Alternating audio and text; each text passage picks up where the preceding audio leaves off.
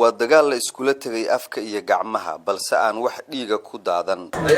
waa tartan cunto cunis ah oo xamaasad iyo xiise gaar ah xambaarsan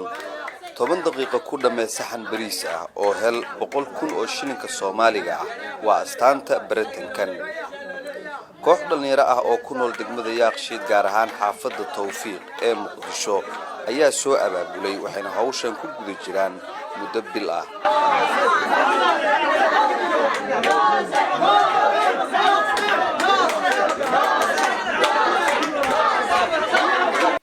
Yusuf Xasan Khaliif oo ah gudoomiyaha kooxdan tartanka qabata ayaa sharaxaya ujeedada ay ka leeyihiin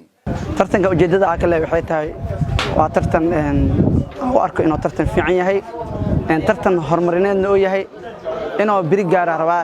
maadaama aan ahay Soomaaliya inuu heer fiican ka gaaro jecelahay mustaqbalka dhow tartanka waxaan ku soo bagnaa degmada Yaaqshiid gaar aan xaafadda Tawfiiq inta badan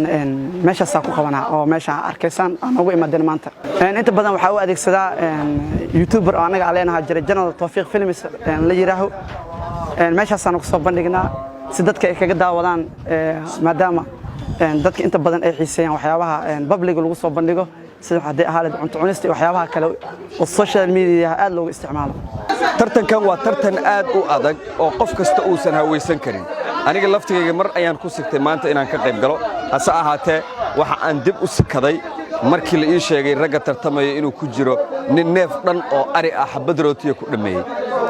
waxyaabaha cajiib kale ee tartankan uu leeyahay ee qosol iyo maada ayaa ah in inta aan la bilaabin ka hor labada tartame ay adeegsanayaan erayo ay iskugu booteynayaan oo mid kasta midka kale ka dhan ah cunugan oo dartaan oo hooyan jarisiyada oo taxaarka aan nolosheeda ahanteeda waa iska kalsoon qaba si boqolaal lamid abaandana male waana ku urduwan ku soo kacay iyo boqolaal lamid ana hoosteeda xataa hal habeen sadaq waxa hoosteeda fadhiidnay gurgurbi kana taa mida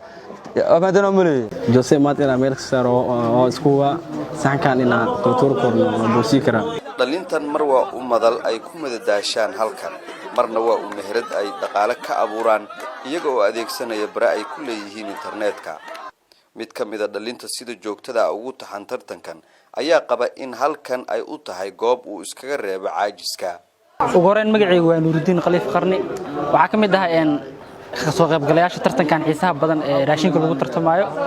waa tartan aad u xiiso badan oo runtii madadaalo ah aniga iyo taageerayaal badan aan ka soo qayb galaan oo ciyaarta soo taawasho tagaan ma sha Allah waa tartan aad u xiiso badan oo soo jiidasho leh mararka qaar maskaxda aadanuhu waxay u baahan tahay maad iyo qosol waliba dadka Soomaaliyeed gaar ahaan reer Muqdisho maadaama ay muddo dheer la soo noolaayeen dhibaatooyin walina ay la nool yihiin oo saameeyay jirkooda iyo maskaxdoodaba Maxamuud Soofi Sane telefishinka Kalsan Muqdisho